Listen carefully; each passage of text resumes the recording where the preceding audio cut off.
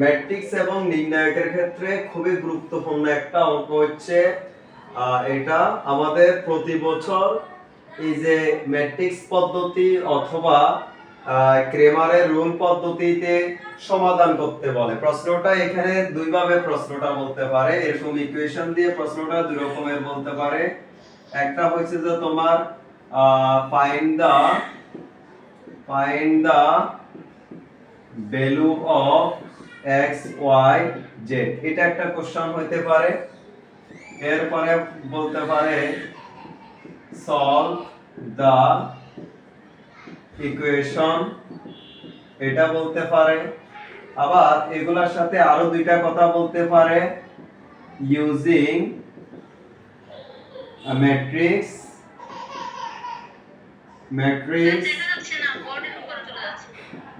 using Cramer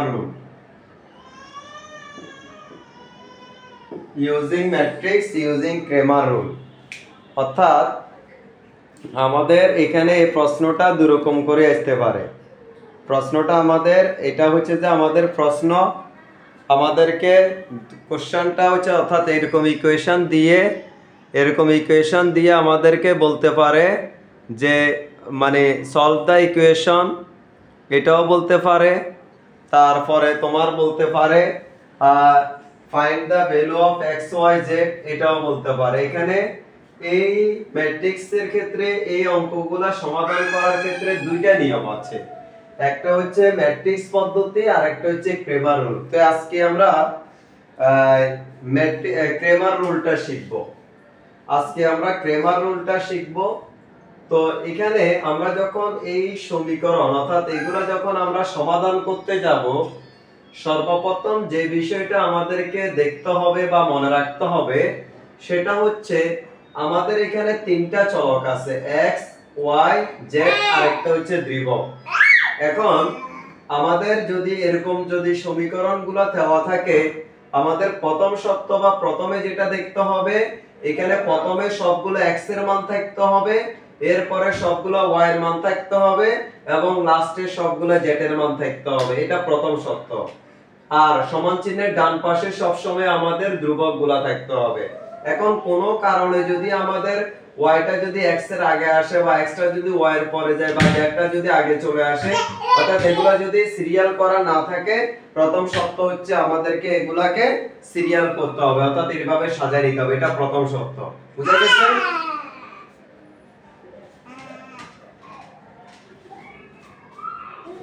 এইটা আছে, এটা বুঝছো?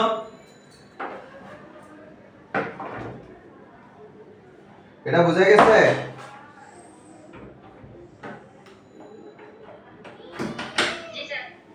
ওকে, এখন তাহলে আমাদের এখানে যেহেতু এগুলো সাজানো আছে, তাহলে আমাদের কি করার দরকার নাই, আমাদের এটাকে আর কিছু করার দরকার নাই। আমরা সরাসরি ইকুয়েশনে চলে যাব, আমরা সরাসরি নিয়মে চলে যাব। তো আজকে আমরা যেহেতু ক্রেমার রুলটা শিখব, তো এখানে আমাদের প্রথমত হচ্ছে যে আমরা এটাকে ডেল্টা দ্বারা প্রকাশ করব।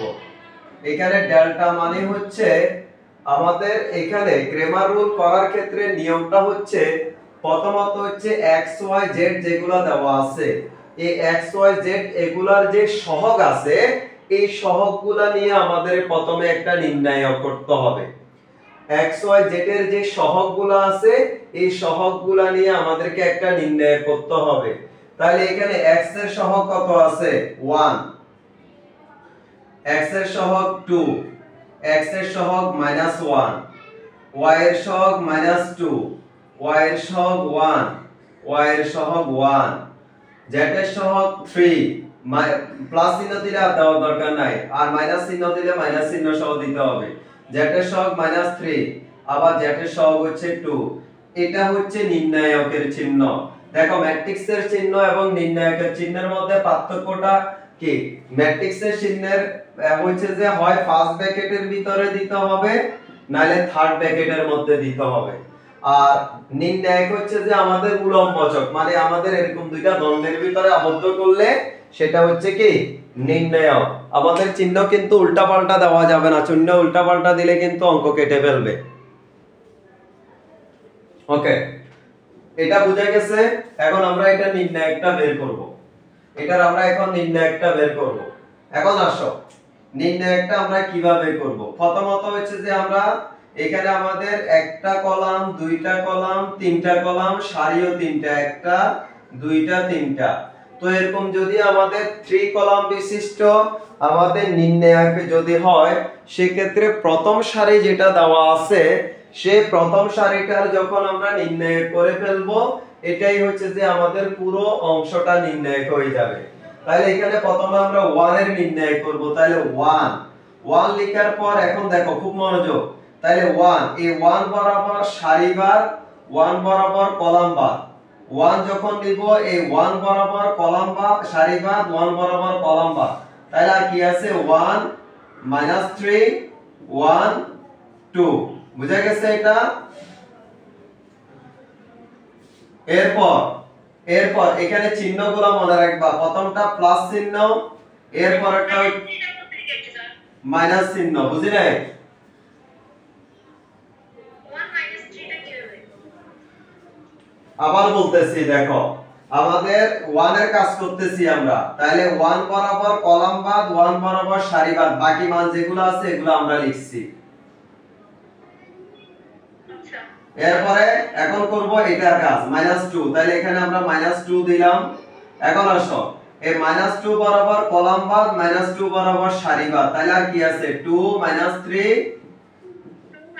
- 1 2 -1 2। এরপরে হচ্ছে যে প্লাস চিহ্ন, প্রথমে প্লাস তারপরে মাইনাস তারপরে প্লাস। তাহলে 3। এখন আসো এই 3 বরাবর কলাম বাদ, 3 বরাবর সারি বাদ। তাহলে আর কি আছে 2 1 -1 1 এ। এখন আসো তাহলে এটা বুঝা গেছে কিনা? তাহলে প্রথমে 1 যখন নিছি, 1 বরাবর কলাম বাদ, 1 বরাবর সারি বাদ। তাহলে আর আছে 1 - 3 1 2 1 - 3 1 2। এরপরে সূত্রের মাইনাস, এরপরে -2 2 বরাবর কলাম বাদ সারি বাদ। তাহলে 2 - 3 -1 2 2 - 3 -1 2। এরপরে 3 প্লাস চিহ্ন, এটা সূত্রে 3। তাহলে 3 বরাবর কলাম বাদ সারি বাদ। তাহলে 2 1 - 1 -1 -1 1 2 1 -1 1। এখন এটার কাজ করো। এটার কাজ হচ্ছে 1 টা আমরা দিলে দিতে পারে, না দিলে অসুবিধা। এখন গুণ করব। প্রথম এই কর্ণ গুণ। তাহলে 2 এ 1 এ কত 2, সূত্রের মাইনাস, এটা সূত্রের মাইনাস। 3 এ 1 এ -3 -3। এরপরে মাইনাস, এটা মাইনাসে মাইনাসে প্লাস 2। এরপরে দেখো 2 দুগুণে কত 4। এরপরে সূত্রের মাইনাস, 3 এ 1 এ মাইনাসে মাইনাসে প্লাস, 3 এ 1 এ 3। এরপরে প্লাস 3। আবার দেখো 2 এ 1 এ 2 মাইনাস 1 এ 1 এ -1। গুণটা বুঝছো? এরপর 2, এটা মাইনাসে মাইনাসে প্লাস, 2 + 3 +2। 4 থেকে 2 গিয়ে 3 গেলে 1, তাহলে ইনটু 1। এরপরে প্লাস 3 মাইনাসে মাইনাসে প্লাস, তাহলে 2 + 1। তাহলে 3 আর 2 এ 5 প্লাস 2 প্লাস 2 এর 3 এ 3 3 9। কি বুঝো নাই বলো? তাহলে যে সরলার থেকে বুঝি না এখানে -2 না -2 2 এ এই যে কোনায় কোনায় গুণ, 2 এ 1 এ 2 সূত্রের মাইনাস, এটা সূত্রের মাইনাস। তারপরে 3 এ 1 এ 3, এটা যেহেতু মাইনাস আছে মাইনাস, এই যে মাইনাস। তারপরে এই যে মাইনাসে মাইনাসে প্লাস 2। তারপরে 2 দুগুণে 4, 3 এ 1 এ এটা মাইনাসে মাইনাসে প্লাস, 3 এ 1 এ এই যে 3। এরপর এটা সূত্রের মাইনাস প্লাস 3 2 এ 1 এ 2। এরপরে 1 এ 1 এ -1 মাইনাস সূত্রের মাইনাস। এরপর এটা 2, এটা মাইনাসে মাইনাসে এই যে প্লাস 3। এরপরে 2 4 থেকে 3 গেলে 1, 2 এর সাথে 1 গুণ। এরপর এই 3 2, এটা মাইনাসে মাইনাসে প্লাস, এক এক এই যে এক, এরপরে 2 আর 1 হচ্ছে যে 3, 3 আর এখানে 3 আছে, তাহলে 3 3 কত 9, 2 আর 1 2, 2 আর 3 যোগ করলে 5। বুঝা গেছে? জি স্যার। এখন এটা যোগ করো, কত আসে বলো, মান কত? 9 10 11 16। তাহলে আমরা নির্ণায়কের মান পেয়ে গেলাম 16, নির্ণায়কের মান পেয়ে গেলাম আমরা 16। এতটুকুতে কোনো কোশ্চেন নাই তো? এরপরে আসো, হ্যাঁ ডেল্টা এক্স। এখন আসো ডেল্টা এক্স। তো ডেল্টা এক্স বের করব কিভাবে দেখো, খুব মনোযোগ। ডেল্টা এক্স নির্ণয় করার সময় নিচে আমাদের ডেল্টা যেটা সেটা লিখে দেব। এখন খুবই এদিকে মনোযোগ দাও। এখানে আমাদের যখন আমরা x এর মানগুলো যখন নির্ণয় করতে যাব, x এর মান বাদ, x এর জায়গায় ধ্রুবকগুলো চলে আসবে। x এর মান যখন আমরা বের করতে যাব, x এর অংশটা বাদ, x এর জায়গায় বসবে ধ্রুবকগুলো। তাহলে ধ্রুবক কি আছে? 4 5 3 আর -2 1 1, এরপরে 3 -3 2। বুঝছো কিনা বলো? x এর মান যখন বের করতে যাব, x এর অংশ বাদ, x এর জায়গায় ধ্রুবকগুলো চলে যাবে। তাহলে ধ্রুবকগুলো বসাই দিলাম x এর জায়গায়, এরপরে y এবং z এর সহগগুলো আমরা বসাই দিছি।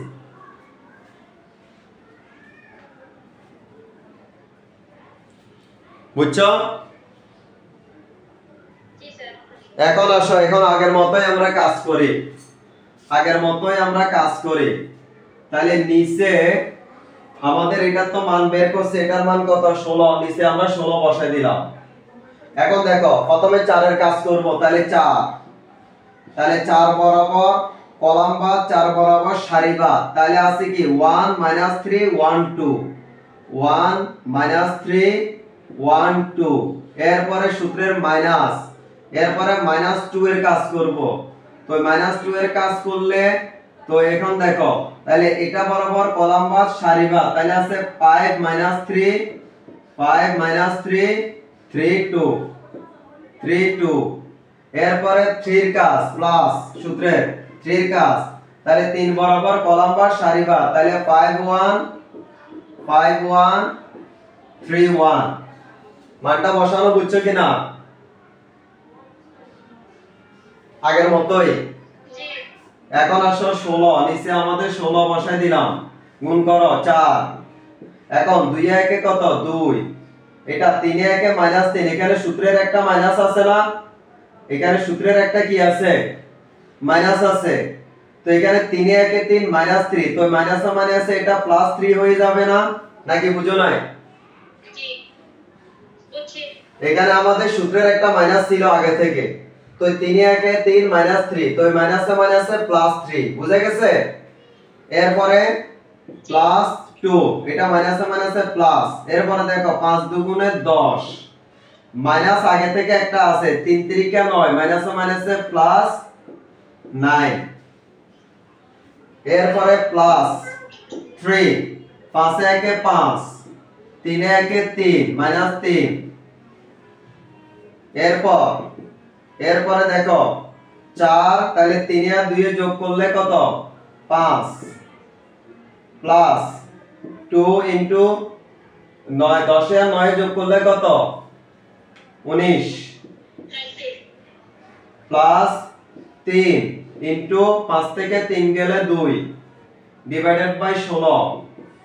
তাহলে দেখো 4 5 20, 9 দুগুণ 19 দুগুণে কত 19 দুগুণে কত 38, প্লাস 3 দুগুণে 6 ডিভাইডেড বাই 16, যোগ করো উপরের অংশ যোগ করো, উপরের অংশ যোগ করো 54, 66 কে 16 দ্বারা ভাগ করো।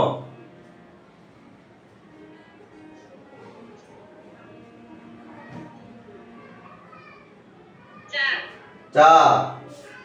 তাহলে সুতরাং x এর মান হচ্ছে কত? 4 বের হয়ে গেল। এরপরে আমরা বের করব y এর মান। এটা মুছে দিচ্ছি, এটা তো উঠেছে, এটা তো আর দরকার নাই।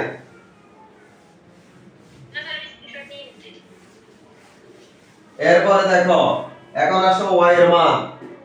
তো ডেল্টা y, তাহলে y এর মান সমান নিচে ডেল্টা আগেরটাই বসে যাবে, ডেল্টা। এখন আসো y এর জায়গায় y এর মান যখন বের করব y এর জায়গায় ধ্রুবকটা আসবে। তাহলে কি কি থাকতেছে? 1 2 -1, এই জায়গায় ধ্রুবক আসবে। তাহলে 4 5 3 3 -3 2। ওকে, এখন আমরা এটার কাজ করব। তাহলে কাজ করব, দেখো তাহলে নিচে এটার মান 16। তাহলে প্রথমে আমরা একের কাজ করব। তাহলে একের কাজ করলে এক বরাবর কলাম বা সারি বাদ। তাহলে 5 -3 3 2 -4, তাহলে 4 বরাবর কলাম বা সারি বাদ। তাহলে 2 -3 -1 2 -1 2, এরপরে 3 +3, তাহলে 3 বরাবর কলাম বা সারি বাদ। তাহলে 2 5 -1 3, মানটা বসাই দিলাম আমরা। এখন আমরা কাজ করি। এখন দেখো, তাহলে 1 না লিখলে হবে, 5 দুগুণে 10, 3 তিরিকে 9, এটা -9 তো মাইনাসে মাইনাসে +9 +9, এরপর -4। এখন দেখো 2 দুগুণে 4, মাইনাসে মাইনাসে +3 একে 3 -3, এরপরে +3, 3 দুগুণে 6, মাইনাসে মাইনাসে -5 +5, এরপর 10 আর 9 যোগ করলে 19, তারপরে 4 থেকে 3 গেলে 1, তাহলে -4, এরপরে 6 আর 5 এ যোগ করলে হচ্ছে 11, 3 11 33 ডিভাইডেড বাই 16। এখন উপরে যোগ বিয়োগ করো, কত আসছে বলো? 33 যোগ 19 -4,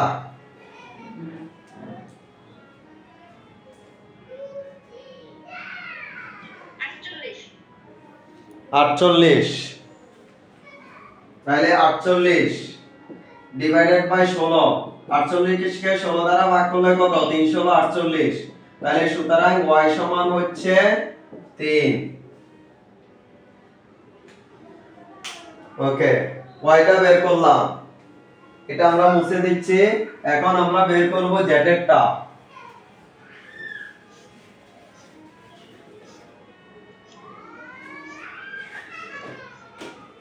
z এরটা, তাহলে ডেল্টা z, তাহলে z এরটার ক্ষেত্রেও আমাদের নিচে থাকবে। এখন আসো, তাহলে z এরটার ক্ষেত্রে z এর জায়গায় ধ্রুবক আসবে। তাহলে মানগুলো হচ্ছে 1 2 -1 -2 1 1, z এর জায়গায় ধ্রুবক 4 5 3। ওকে, এখন আমরা কাজ করি। তাহলে নিচে মান হচ্ছে 16। এখন প্রথমে 1 এর কাজ, তাহলে তুমি বলো 1 এর কাজ করলে কি হবে? মান এখানে 1 এর কাজ করলে কি হবে?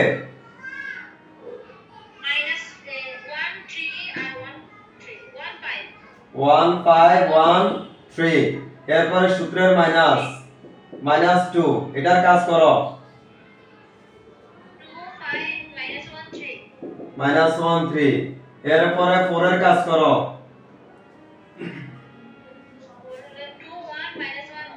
2 1 -1 1। ওকে, এটা প্লাস, এরপর একটা মাইনাস, এরপর একটা প্লাস। যদি সংখ্যা আরো থাকে, বুঝে নাই?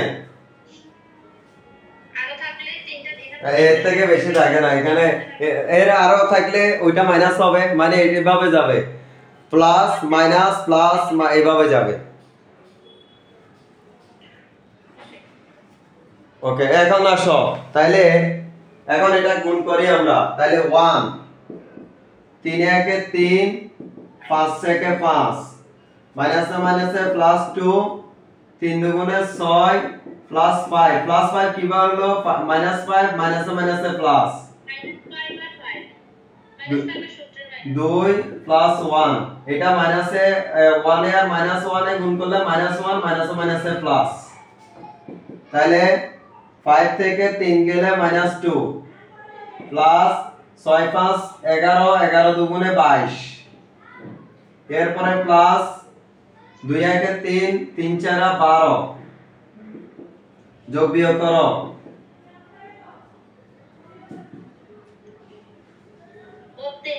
32 ডিভাইডেড বাই 16, তাহলে সুতরাং y সমান হচ্ছে 2। ওকে, তাহলে আমরা आंसर লিখবো, आंसर x সমান 4 y সমান হচ্ছে 3 আর z সমান হচ্ছে 2। এই হচ্ছে ক্রেমার পদ্ধতিতে সমাধান, এই হচ্ছে ক্রেমার পদ্ধতিতে সমাধান। ম্যাট্রিক্স সেটটা কাজ আছে, এটা শিখছো বুঝছো কিনা সেটা বলো আগে। ম্যাট্রিক্স সেটটার ক্ষেত্রে এটা তো সহজ। এখন মনে রাখবা, যদি আমাদেরকে শুধু যদি বলে যে সলভ দা ইকুয়েশন, এটা ইউজিং ম্যাট্রিক্সও বলে না, ইউজিং ক্রেমার রুলও বলে নাই, তখন সবসময় ক্রেমার রুলটা করবা, কারণ ক্রেমার রুলের কাজ কম, ম্যাট্রিক্সের ক্ষেত্রে কাজ বেশি। প্রশ্নে যদি সলভ দা ইকুয়েশন বলে বা find the value of x y z বলে, সেই ক্ষেত্রে যদি কোন পদ্ধতিতে করতে হবে এরকম যদি কোনো কিছুই না বলে, সেই ক্ষেত্রে সবসময় ক্রেমারটা করবা, কারণ ক্রেমারটার ক্ষেত্রে কাজ কম, ক্রেমারটার ক্ষেত্রে কাজ কম। তাহলে আমরা প্রথমে যে কাজ করছি, প্রথমে দেখব সমীকরণগুলো আমাদের সাজানো আছে কিনা, সাজানো না থাকলে আমরা সাজাবো x প্রথমে, তারপরে y, তারপরে z সমান চিহ্ন ডান পাশে হচ্ছে যে আমাদের ধ্রুবক। এরপর হচ্ছে যে প্রথমে আমরা x y z এর ধ্রুবকগুলো নিয়ে আমরা নির্ণয় করে ফেলব। এরপরে করার পর এরপরে হচ্ছে আমরা x এর মান যখন বের করব, x এর জায়গায় ধ্রুবকগুলো আসবে আর বাকিগুলো বসে যাবে। একইভাবে y এর মান যখন বের করব, y এর জায়গায় ধ্রুবকগুলো আসবে, x আর y এর গুলো বসে যাবে, z এর গুলো বসে যাবে। আবার z এর মান যখন বের করতে যাব, x y এর গুলো বসে যাবে, z এর জায়গায় ধ্রুবকগুলো আসবে। এরপরে নির্ণয় করে আমরা সমাধানটা করে ফেলব। এই হচ্ছে যে আমাদের ক্রেমারের রুল। তোমার আজকের কাজ থাকবে ক্রেমারের রুলের যতগুলা সমাধান আছে সবগুলা করা। তোমাদের কাজ হচ্ছে আজকে ক্রেমারের রুলের যতগুলা সমাধান আছে সবগুলাই করবা।